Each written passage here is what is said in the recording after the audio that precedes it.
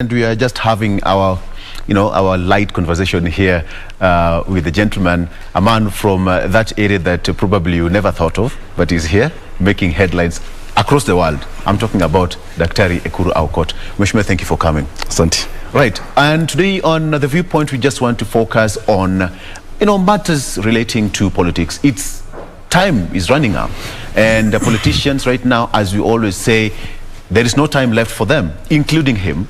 As there's no time left, and they're trying to catch up, fix those loose ends to make sure that come 2022 on the 9th of August, or unless otherwise, then everybody will be up and running. So let's just get straight into it and start asking him by this question. Does he support, which team do you support? Now that Barcelona is now left,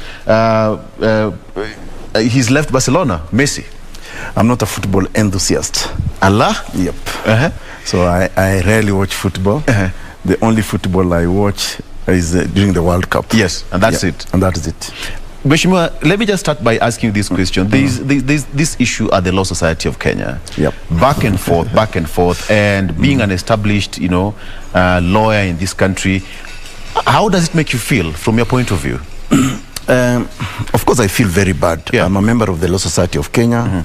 I've been in the council of the Law Society of Kenya some times back. And I know that the Law Society of Kenya, as Kenyans must know, has a constitutional and legal responsibility in this country pursuant to the Law Society of Kenya Act, Section 4, to help Kenyans on matters governance. Yeah. So when we are that disorganized as lawyers, as professionals, when I saw the kind of violence I saw, is it yesterday, it breaks my heart that if we lawyers who are supposed to be the champions of democracy, human rights, cannot put our house in order, then I think we are not even able to undertake our legal mandate, as explained, specified in Section 4 of the LSK Act. So it's a very unfortunate situation, but it shouldn't surprise you that what's happening at the LSK has, of course, an external hand. Over the years, the leadership at the Law Society of Kenya has almost become akin to the kind of lackluster leadership that we have in the political arena in Kenya. And many times you'll find that there are factions being sponsored by either political formation in the country, the other political arm of, the political players in the country. So I have never understood why there is always an interest from the political class to interfere with a professional body. I think Law Society of Kenya could learn a lot from, for example, ISPAC. I've seen the way ISPAC, the Institute of Chartered Public Accountants of Kenya, the way they do the election, they don't even campaign. They actually, you present your name online, you get a token, you vote, electronic voting, and it's done. But if you see the way we do our elections in LSK, we have probably now become worse than political parties. Why so? I don't know what the interests are. If you read in between the lines, of course there is the Harvey side that is putting a case that millions of Kenya shillings disappeared from the Law Society's account. They are not accounted. Then there is the other side that's saying let's not account for this money. There is no money that is lost. So of course, clearly there is an interest in the money. And I remember I attended the last AGM, not the special one, but the normal AGM, I think it was in March. And I remember we pushed as lawyers, we say that some of us pushed, why don't we have a forensic audit of our accounts so that we can settle this issue once and for all. But I was surprised there was even some senior lawyers who are totally opposed to us doing a forensic audit. And I thought, we lawyers, we run, actually every law firm or a lawyer practicing law must run two accounts. Your office account and what they call the client's account. And you are required, even before you apply for your practicing certificate, to present books of account. So I think in a nutshell, it's unfortunate what's happening at the LSK, and I hope that we can really put our house in order pretty soon, so that we can then focus on more important things actually, such as, for example, our mandate specified in the Law Society of Kenya Act. And moving, because as we are in this political dispensation period right now, LSK will play a pivotal role. And when the house is completely in order, then most people not have trust in you people. Well, yeah, it's not just about us. I mean, we should also say that we don't have trust in new media, or don't have trust in Kenyans. We don't have trust in the political class. So in other words, we don't trust ourselves as Kenyans. I think we just need to. I think we just need to say, okay, begin to interrogate, you know, our value system in this society. Yeah. You know, what really drives us. You know, when we don't really do things the right way, even in the political. Look at what's happening in the political arena. It's almost a reflection of who we are as a society. Look at the ethnic mobilization going on towards 2022. Yeah. It isn't healthy for the country at a time when we are dealing with, like, say, a pandemic, like this COVID-19 pandemic. Nobody's talking about, for example, the 7 million jobs that and small businesses that collapsed last year. Yeah. Nobody's talking about the rate of unemployment. Nobody's talking about the problems that Kenyans are going through daily. I mean, I know today there are people who cannot put food on the table. People who cannot, afford treatment, medical treatment. You know, just sending their kids to school. Children are now going to school, and I know many people who are struggling. They can't even afford just transportation alone. So this is the conversation, in my view, that we should be having, instead of us preoccupied with these 2022 is yours to lose, Uhuru tells opposition chiefs, or, you know, these coalitions, you know, who is going to win. I think we are getting our priorities wrong. And the reason we are getting our priorities wrong, because we don't really have a leadership in the country. Yeah. And you believe Third Way Alliance is the choice to bring that leadership? Absolutely. And you know, if you had really, if people had followed us from 2017, looked at our manifesto and the promises that we had made to Kenyans, and the kind of policy directions we needed, our proposal, for example, to end theft of public money. We ran away from the word corruption, because even in your own mother tongue, I'm sure, you can't find the word corruption. But if you could say somebody is a thief, you can actually relate to it. You know, if I give you money to build a road, and then I cannot account for that money, you have literally. Yes, that's theft. So we had the proposals on how to end theft of public money, how to streamline leadership in this country, how to take the youth and women into forming government, you know, how to end economic and social injustice. That was all clearly specified. And, you know, over and above that, fast forward, even after election, we never stopped as a party. We came up with a proposal to amend the constitution called Punguza Mizigo. And in Punguza Mizigo, we are addressing a raft of many things that was going to uplift the lives of Kenyans. For example, we said that it's about time we asked us a fundamental question. Why is 80% of our natural resources, our national revenue, remaining up here to be controlled by a tiny minority of people, when the majority of Kenyans down there, the 47 counties of Kenya, are getting only 15%. And that's how we came up with the idea of the Ward Development Fund. And we wanted to use the ward as a primary unit of accelerating development. So that once you pump money into all the 1,450 wards of Kenya, then you are able to quickly equalize Kenya. Then you are able to revamp the economy. You can imagine if, for example, even 50 million alone, even just a minimum of 50 million going to all the 1,450 wards. Within, say, a county, the 47 counties of Kenya, that already tells you that there will be a lot of economic activity happening within the 14 wards. And that is the quickest way to actually equalize and bring equity in Kenya. Equity in Kenya cannot be brought by amending the constitution as per BBI to accommodate some tribal chiefs or regions up there in government. In fact, that's a burden on Kenyans. We also spoke about how we can end corruption in this country. And we said that, why are we not using the forensic, the Auditor General report? And in our proposal, we had said, let's create a special department called the Forensic Department within the Auditor General. Forensic auditing is actually the gathering of evidence for a criminal trial. Okay? So that when the Auditor General releases the report, you have no excuse as DPP not to prosecute people who have not accounted for money, because all the evidence will be there. And all I need to do is put the auditor or the accountant on the stand and ask him question. You know, did you audit so and so? What did you find? What are the supporting documentation? And within a short time, we can actually send people to jail. You will recover money. In our proposal as Punguza Mizigo, we are going to save about 3.6 trillion. 3.6 trillion from corruption. That is almost the entire budget. More than the budget of Kenya today. We are going to save all that, because after all, I mean, we looked at corruption or theft of public money as a serious issue, as a serious human rights issue, because the president himself has confessed It's not Ekuru Aukot saying it. The president has confessed. The 2 billion we lose 2 billion every day. Yeah. And we look at the audit report, we are losing 700 billion annually. Okay? So that's why for us as Third Way Alliance we said, corruption in Kenya or theft of public money is actually almost like mass murder. Yeah.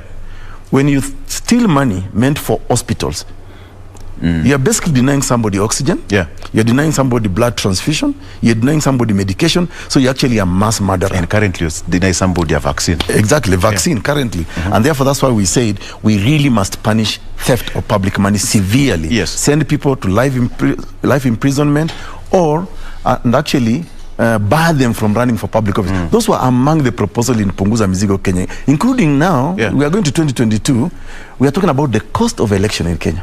40.9 billion shillings. Exactly. Our proposal is very simple.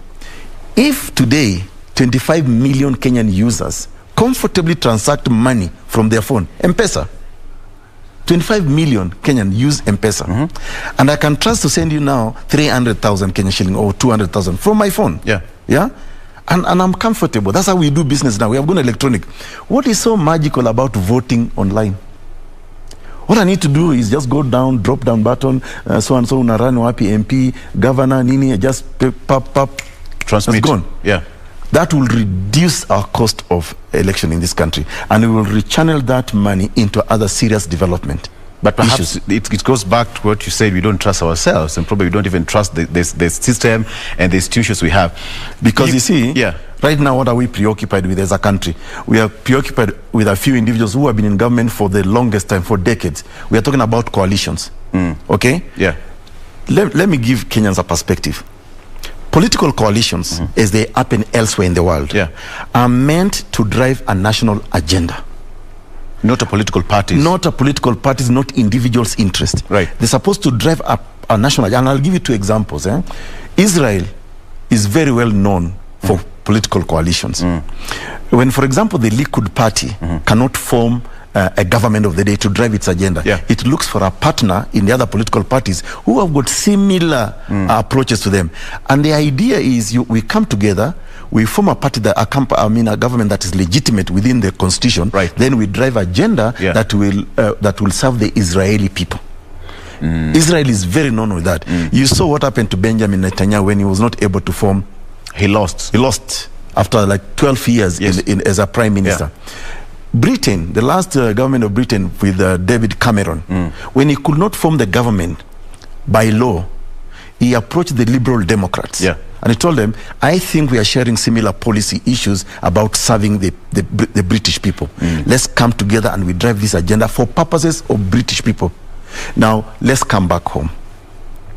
When we talk about political coalitions, first of all, there is nothing called political coalitions in Kenya. We are talking about coalitions of individuals who have got self-interest. Let's go back memory lane. You know, the problem with Kenya, sometimes we don't even read about our own history.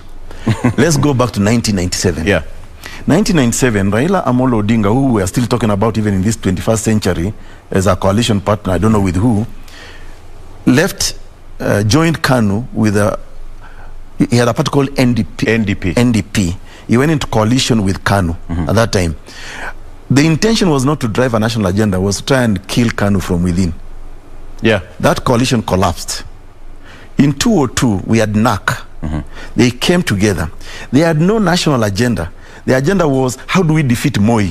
How do we remove Moi from power? How do we defeat Uhuru Kenyatta, who was a project of Moi? Saizi, you hear Kalonzo saying, my only business is to beat William Ruto. That is his agenda. It's nothing to do with Kenya. But the only reason they are going into this coalition is, how do we stop the deputy president now, Ruto, from 2022? You can see there is no national agenda. So in 2002, we had NAC. They could not even complete for us the constitution-making process. You remember, after the 2005 referendum, they all went their different ways because it was about personal interest. 2007, we saw another coalition government. You saw people complaining about, we don't have the same power. We are being, nothing. Personal interest. 2013, Uhuru Kenyatta and Ruto come together. They were all suspects at the ICC. Jubilee Party. Jubilee Coalition. it was then not TNA and URP. TNA and URP, Right. they came together. Why did they come together? They came together and they politicized their trial at the ICC. Yeah. They said, oh, you know, let's bring the Kalenjin and the Kikuyu together. But I've never even seen them take a trip together to Kiambaa, symbolically to just say, Kiambaa became the epicenter of mass killings. Let's even build a memoriam to try and heal Kenya. You never seen that. They came together as a coalition because they wanted to preserve themselves in government. Okay? Wakavumiliana hiyo ni kama tu bibi na bwana kuoana lakini mna mashida zenu, but you still mnavumilia tu. Yeah. Aya, 2017 again they came together, tuko pamoja, now Jubilee. Yeah. Yeah, and you saw the promises we are being given. Oh, in 6 months, Kimarini Stadium. In 9 months, 3 million jobs. Your children will get. All lies. After 1 or 2 years, you can now see what's happening. Yeah. Wamesambaratika. Because they have achieved their interest of re-election into the new term. After that, they had no common agenda for Kenya. Mara, they started with the Jubilee Manifesto. We don't know what that manifesto was all about. Then they moved to Agenda 4, Yeah. the big 4 agenda. We don't see what that is. From there, they moved to BBI. We don't know what that is. Right now, we are talking about 2022. We have forgotten about Agenda 4, Jubilee Manifesto. Let's go to the other guys called Oka. They now Kikui's joke and they're calling them Okaha. Kuja hapa tuungane. One Kenya Alliance. Yeah. Look at the senseless thing about One Kenya Alliance. You're breaking NASA. Why don't strengthen NASA? Why break NASA and then form another coalition called One Kenya Alliance? And then you are saying the reason we are not, we don't have faith in NASA is because of Raila Amolo Odinga. Raila Amolo Odinga did not start NASA. Actually, NASA was a brainchild of Musalia Mudavadi. Right. Okay? Yes. And he invited Raila, invited Kalonzo, and the rest, they came together.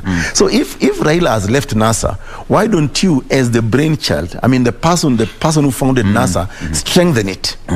Okay? Yeah. Now they have formed Oka. One Kenya Alliance. One Kenya Alliance. Yeah. And now they are inviting also Raila to come back. So this is just jokers. I mean, joking about Kenya. And now they are saying Uhuru is bringing them together. They met yesterday in Mombasa. Yeah. There's so in a nutshell, I'll tell you this.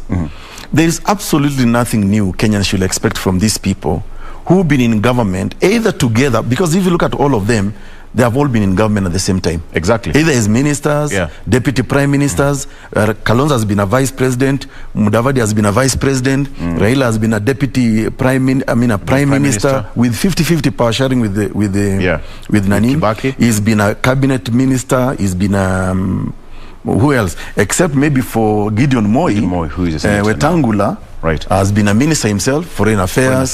Then and if you look at all of them in their various ministries, there has always been one scandal after the other. Mudavadi, you remember the cemetery scandal. Cemetery scandal, but also the other one, Goldenberg. Then there was a bit of Anglo leasing. Raila, or in his office, Mahindi Saga, Wetangula, minister, the selling of our embassies in Tokyo, Nigeria, and all. So what really new are we expecting? If it's Uhuru himself who they are saying now will bring them together, his government we have seen, he has admitted. But we are losing 2 billion every year. But you had a proposal as Third Way Alliance, the Punguza Mzigo. Yes. What are some of the proposals that were adopted in the BBI report? I don't know which one they have adopted, because you see, I mean, just to give you maybe a hint of what's happening. You see, when we promoted Punguza Mzigo Kenya, first of all, we followed the constitution. And as you very well know that I was involved in writing the country's constitution. Exactly. And when we negotiated this constitution, we put in mechanisms on how you can change the constitution, okay? From Article 255, 256, Parliamentary Initiative, 257, Popular Initiative.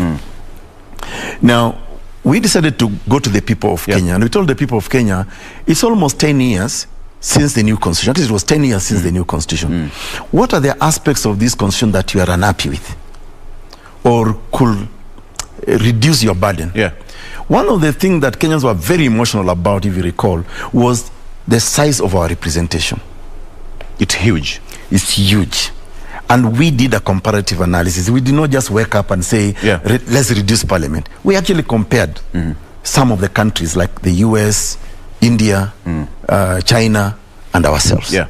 And Kenyans said, 416 people are costing us, because those are the elected and nominated representatives in Kenya, both Senate and National Assembly. 416 guys are taking home 37.5 billion Kenya shillings annually.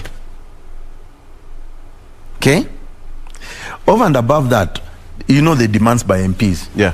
House allowance, sitting allowance, this and that. And it became a very expensive affair for the people of Kenya, the taxpayer. Yeah. Because what kind of employment is it? Like now, the way you're being employed by KBC here, for you to host me, you're saying you want a sitting allowance, even though you have a salary. On top of that, you want a house you want to be bought a house. Yeah. You want to be bought a car. When you travel abroad, you want to travel business class. So for KBC, that would be too expensive to maintain you. So the people of Kenya said, no, this is too costly for us. Yeah. We need to reduce this representation, because we have the 47 counties of Kenya. Those are also representative. We have the 1,450 wards in Kenya. They are also representative. You know? Yeah. So why not take resources to the people down there and just maintain a small representation? Because the truth for the matter is this. Hata ukiangalia the way parliament in Kenya today runs, there was no point for waking up to go and elect the 416 people, because both houses of parliament are being controlled by two individuals, the Speaker Raila Odinga and Uhuru Kenyatta. So ilikuwa hata hakuna haja ya kuita sijui National Assembly na Senate. Tungerename tu Senate tuite Odinga, National Assembly tuite Uhuru Kenyatta. Because they have failed in their role as representatives of the people. You know, there are three roles that members of parliament should undertake: to represent the people who brought them to parliament, to oversight government, and to pass laws. None of that is happening. One of the biggest failures in Kenya today is its political representation, and that's why Kenyans say reduce them. Our proposal was 1 man, 1 woman from the 47 counties. We'll have a maximum of 100 people. But use that money, send it to the county. Dr. You are one of the architects of the constitution that we are enjoying right now. It's 11 years now. We are in August. Yes. Today is 11th of August, since it was promulgated. Yeah. What are some of the hits and misses in your own perspective? Are you happy to this far? Well, I am not happy with the way the constitution is being implemented. You know very well that they are not even implementing the constitution. Yeah. They are disobeying the constitution. If you look at, for example, chapter 6 of Kenya's constitution, this is probably one of the geniuses of Kenya's constitution making process, because it's Kenyans themselves who said that in our new constitutional dispensation, we want a certain type of leadership, a servant leadership. A leadership that will not lie to us, leadership that will respect us as the people, and it's clearly explained in chapter 6. But is it being followed, the chapter 6 itself? It is not followed, because the same when we wrote chapter 6, we negotiated chapter 6, we said that parliament shall pass legislation to bring this chapter into effect. What parliamentarians did, they killed that chapter by passing a very lackluster, fakeless law that will not even give any teeth to that chapter.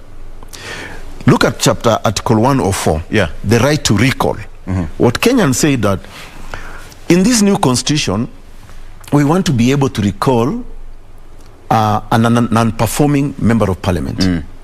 What did parliamentarians do?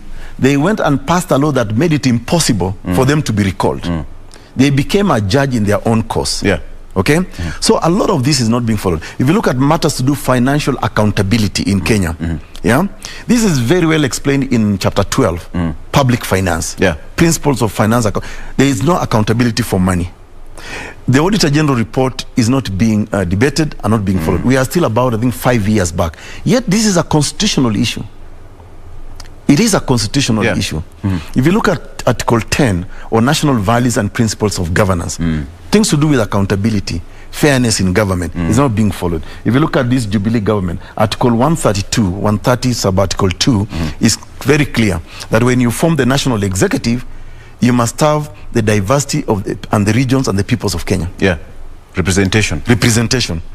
You can see it's largely leaning towards one region, maybe two more ethnic groups. So the constitution is not being followed. And the reason it's not being followed is because we don't really have leaders who believe in the rule of law. You know very well that even President Uhuru Kenyatta himself has many times disobeyed court orders, including an advisory from the former Chief Justice David Maraga, Emeritus, when he was told dissolve Parliament because Parliament has failed to pass a very important law that will bring gender parity, in the country. And he refused. And it's not Maraga who was speaking; it was the Constitution of Kenya. So, in a nutshell, I'll tell you that the will of the people of Kenya is being subverted by the current political leadership. Because if you look at right from Article 1, all sovereign authority and power vests in the people of Kenya to exercise it directly or indirectly. Now, when you don't implement the Constitution, you're actually subverting the will of the people. Let's take a break, and when you come back, I still ask you: are you still the party leader of Third Way Alliance? I will answer you. Yeah, if you're still the party leader, then maybe 2022 is fast approaching. I'll show the ballot. Let's take a break. We'll be right back. All right.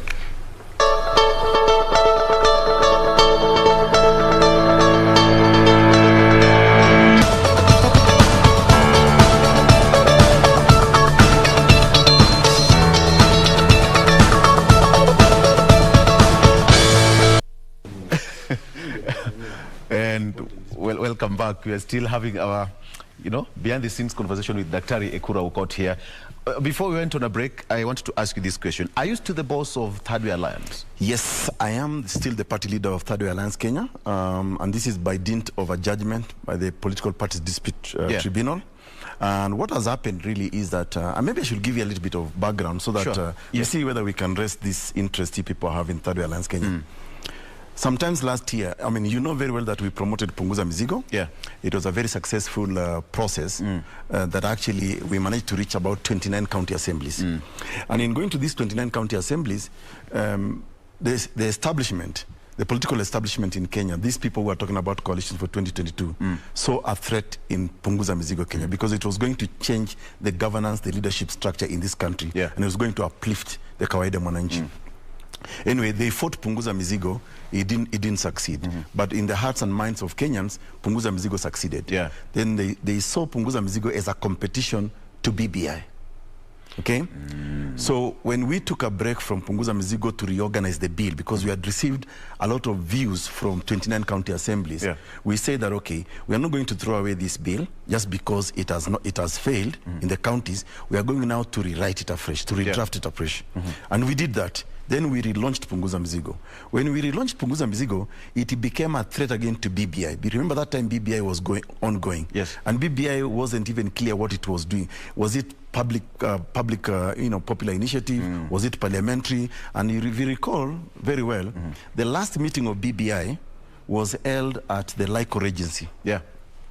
What the BBI proponents, especially Paul Mwangi of the Secretariat and Raila Amolo Odinga, they approached a section of my party leadership, led by those rebels that we fired last Friday.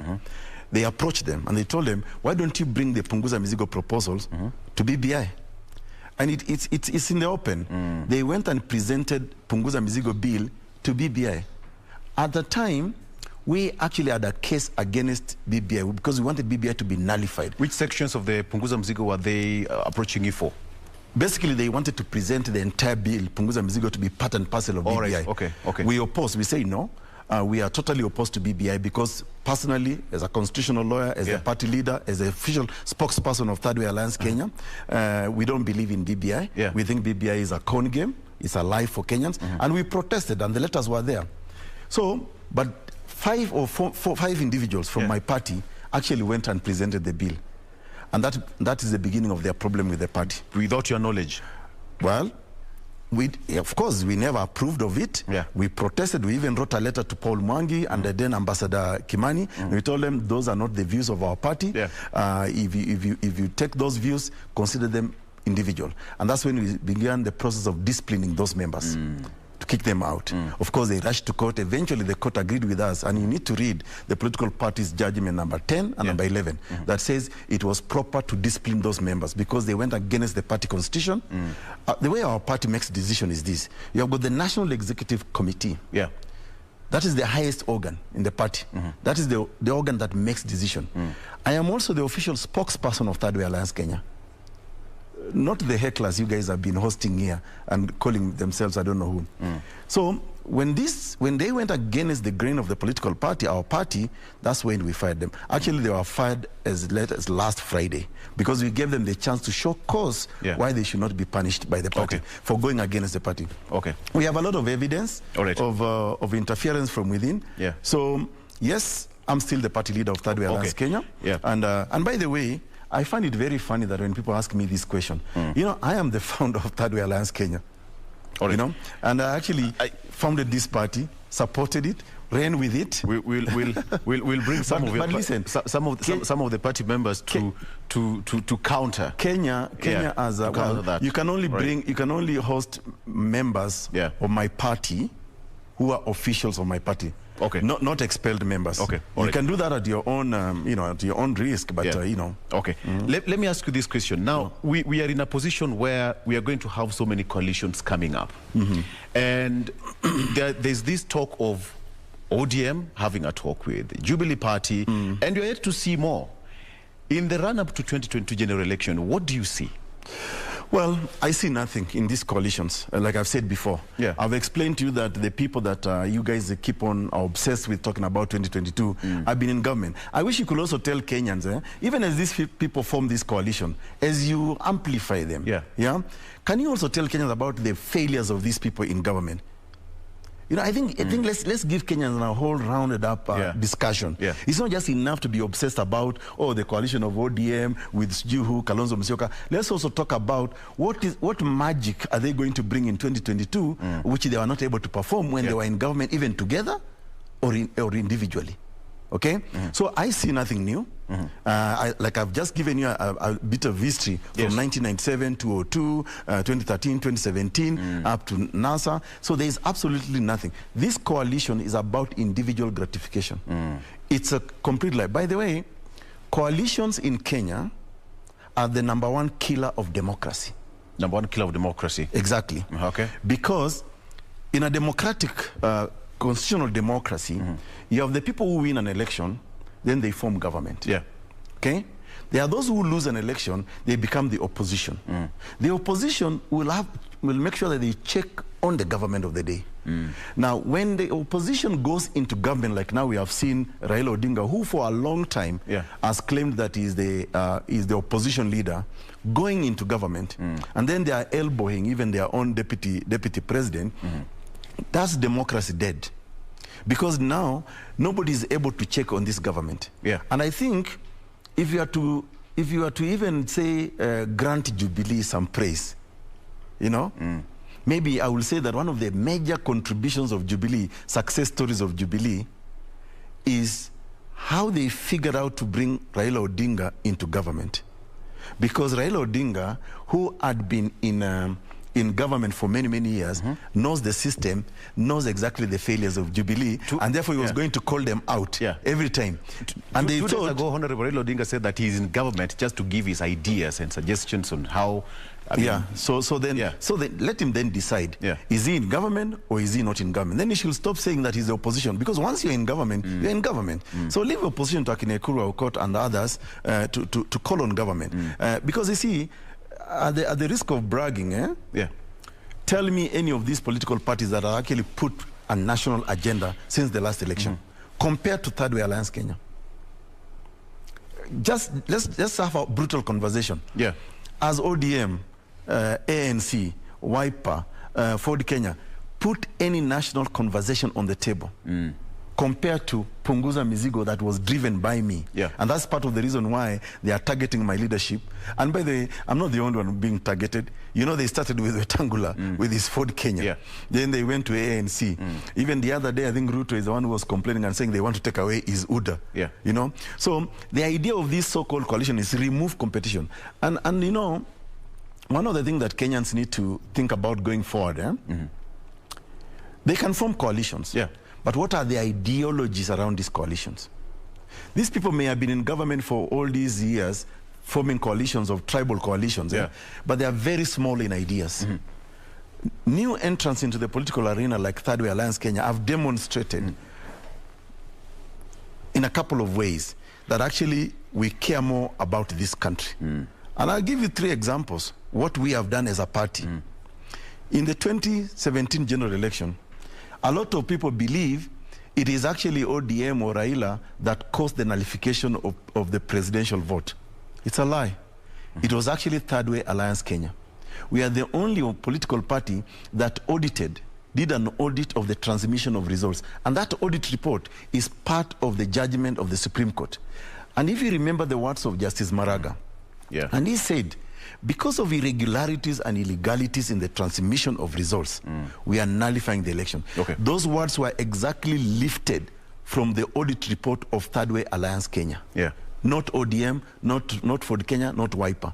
So that was a major contribution, because we said we must follow the constitution. We must protect the vote. That's a major contribution. And then secondly, I'll give you 3 examples. Secondly, in the repeat election of October, the same people now you're talking about coalition did not want actually to go into that repeat election because they don't believe in the rule of law. They are not Democrats. It was Third Way Alliance Kenya that actually went to court and said, no. The Supreme Court said, go and repeat election afresh, pursuant to Article 140, sub-Article 3. Okay?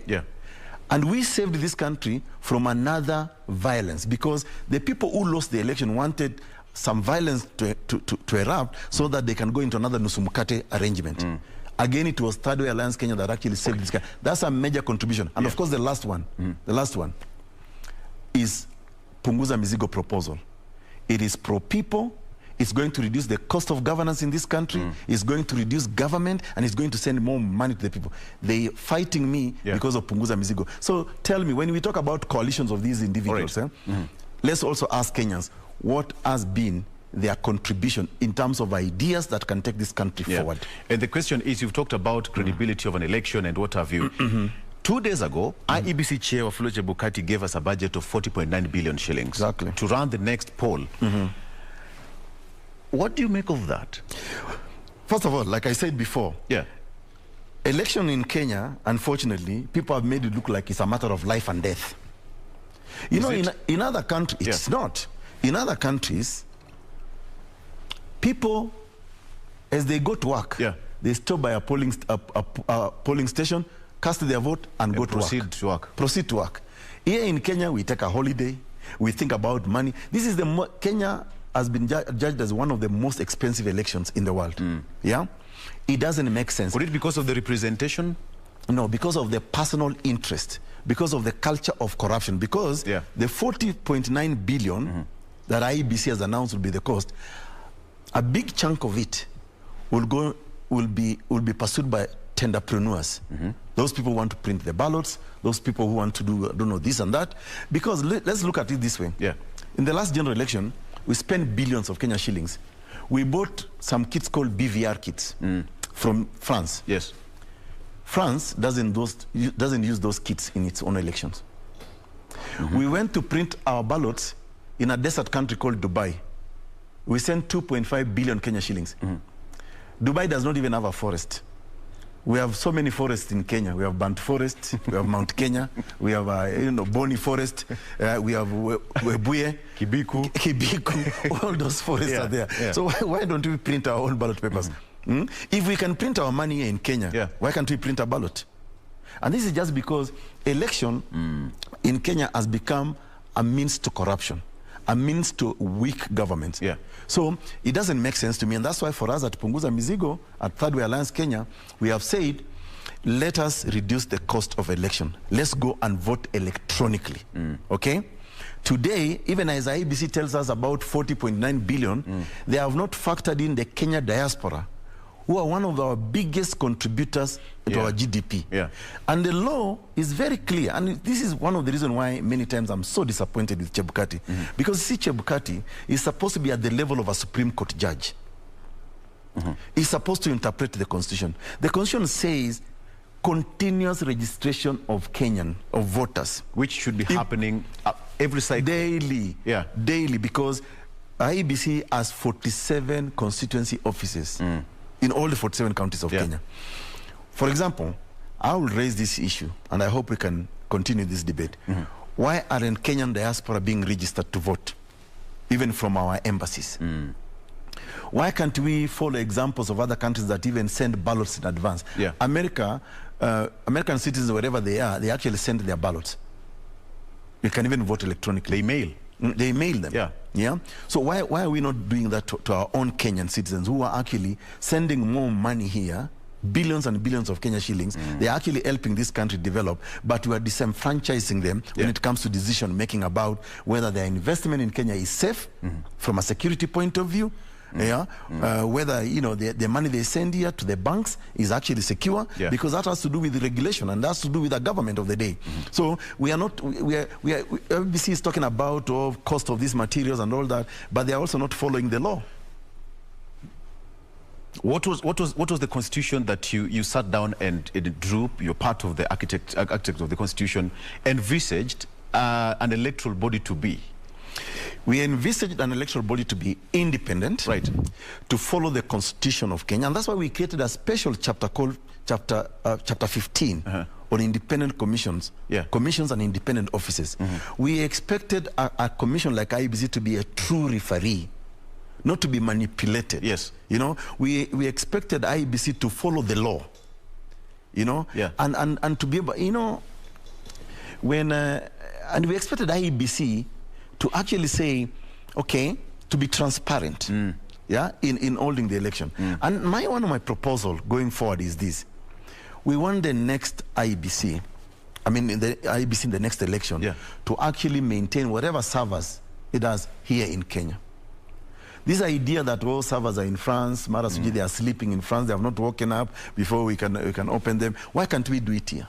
Like I've given you simple examples.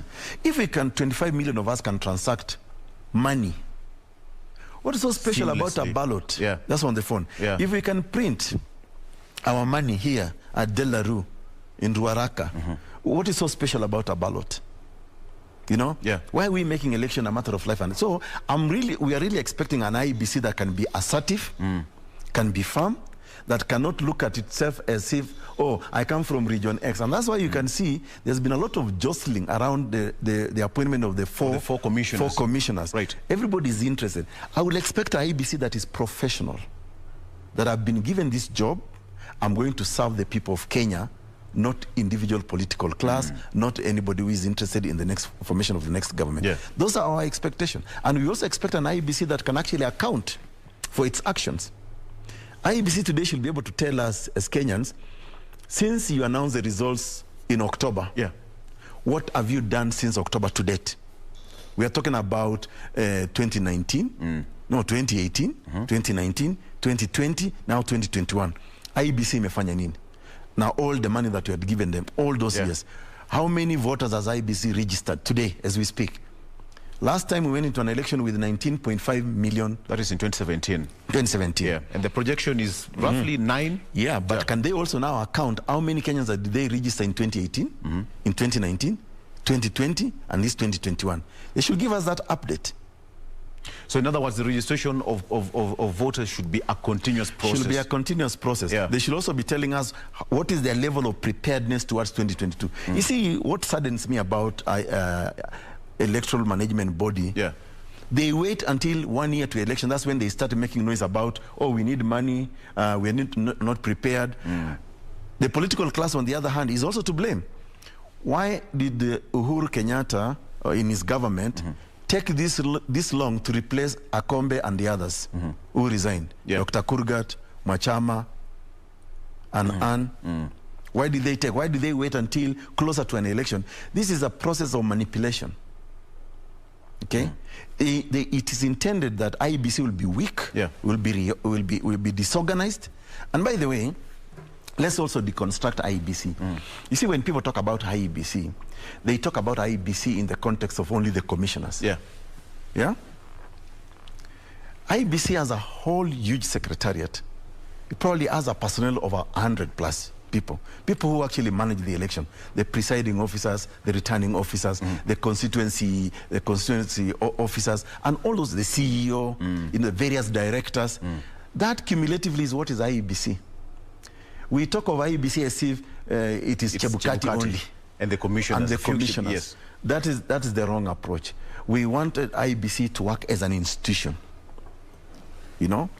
And it is the totality of all those people. And by the way, the other interesting thing about IEBC and this going to 2022, when you talk about IEBC and whether we can trust Chebukati or not, how come people are happy to accept the results of other positions, governor, senator, MP, women rep, MCA, but there is one which is contested, the presidential one. Why? And yet even people from those political parties that say that our vote was stolen never wanted, they will criticize IEBC and say this IEBC is corrupt, it never gave the right results, but they will never resign their position. So there is an extent to which the political class always wants to influence to ensure there is a weak IEBC. But the challenge now is on IEBC individually, as per the Constitution, to say we are here to deliver a constitutional mandate, not a party mandate, not an individual mandate. Have we learned from our past? No, we haven't learned from our past, because one of the reasons why I'm opposed to IEBC, I mean not IEBC but BBI, because BBI started as a lie, and you know we cannot speak more about it. And in the next 9 days, the judgment will be out. They said that let's establish what ails this country. Just to answer your question, we never learned from the past. We have refused to learn from the past. And in one of our communique to even the office of the president and Kenya, we told Kenya, you know, to fix the problems of this country, there are so many commission of inquiry reports. If it is matters to do, for example, with the management of election, we have the Kriegler report that said that in 2007, 2008, the election was so muddled, it was difficult to tell who won the election. Kivuitu himself said they are cooking the results. Then the chairman of ECK, Electoral Commission of Kenya, he actually publicly said they are cooking the results. And eventually he said, I don't know who won. So Kriegler, in his investigation, established if we want to fix matters election, we need to put ABCD into place, create a strong IEBC. And that's why when we are making the constitution, we looked at the Kriegler report. And we said, how do we strengthen the electoral management body? If it's to do matters with violence in election, there's the Philip Waki report. Okay? Matters to do with the land, there's the Ndungu Commission report. Truth, Justice and Reconciliation, the Bethwell Kiplagat report. There is the Akiumi report on land clashes. There is, I don't know who, I mean... and some of these reports are still... gathering dust. Exactly, And therefore, to answer your question in a nutshell, we have not learned our lessons. We have refused to learn our lessons, and probably will never learn our lessons until we get rid of these people who are lying to Kenya every time that coalition this is what is to be. And if you look at, for example, generally, do Kenyans learn a lesson? No, we don't learn any lessons. Let's look at the government of President Uhuru Kenyatta, Jubilee administration. From 2013, they made so many promises to Kenyans. They were even wearing uniforms in suits. And they were telling Kenyans in Kasarani, in 6 months, we'll do this. In 9 months, we'll do this. They lied to Kenyans. They even lied to our children. Who lies to a child? That I'll give you a laptop. It's like telling to a child, I'll bring you a lollipop. Takuletea peremende. Then you come, you know, you don't do that. So, 2013, give and take, none of their promises were realized. In 2017 again, the same Kenyans who voted are the ones who are singing Uhuru Ruto, Tano Tena, you know? They're the ones who are singing loudly. Then they started complaining almost immediately. Oh, this government, corruption, we've lost jobs, this and that. Kenyans never learn. The people now we are talking about forming the coalition, meeting in Mombasa yesterday, they have all been in government. We don't see any tangible outcome with them. We're still talking about them. People are saying Jubilee is generally failed. But look at the debate. Oh, the guy to beat in 2022 is William Ruto. William Ruto has been part and parcel of Jubilee for the last nearly 9 years. So when we are saying Jubilee has failed, are we also not saying that the leadership of Jubilee has failed us? So then why will Kenyans say, oh, this leader in Jubilee is the guy to beat in 2022? There is something wrong about us Kenyans. And I think we need to have a very honest conversation about either our psyche as a people, you know, or just you know, reflect inwards. And let me tell you, at the risk of sounding a bit biblical here, I think we are very dishonest as a society. We are dishonest because if you look at, for example, our so-called religiousness, we're almost largely, 90-something% religious in this country. 90 plus. But have we even learned from the 10 commandments alone? Tunaenda kanisa, tunaomba, tunachukua the stand, tunaanza kutukanana. We go to political rallies, we even pray before we start the rallies. The moment you grab a microphone, you start abusing the other person. So, generally speaking, our society is dishonest. Even just at an individual level. So when you come to the politics, that's when we play our dishonesty even better. Dr. For me not to be dishonest, let me just say, let's just complete that show right that. I'll be accused of being dishonest. I hope not. I think we should take it as a challenge to ourselves that why are all these bad things happening in our country? Why are we not trying to fix our country so that everybody is happy? And by the way, I think also, let me challenge you media people. In 2 minutes. In 2 minutes. In 1 minute if you can. Yes, okay, fine. I'll also challenge you guys in the media. You are the people who are actually propagating this same agenda. You are not telling Kenyans, for example, what do we do with this pandemic now? What do we do with the economy? How do we revive the economy?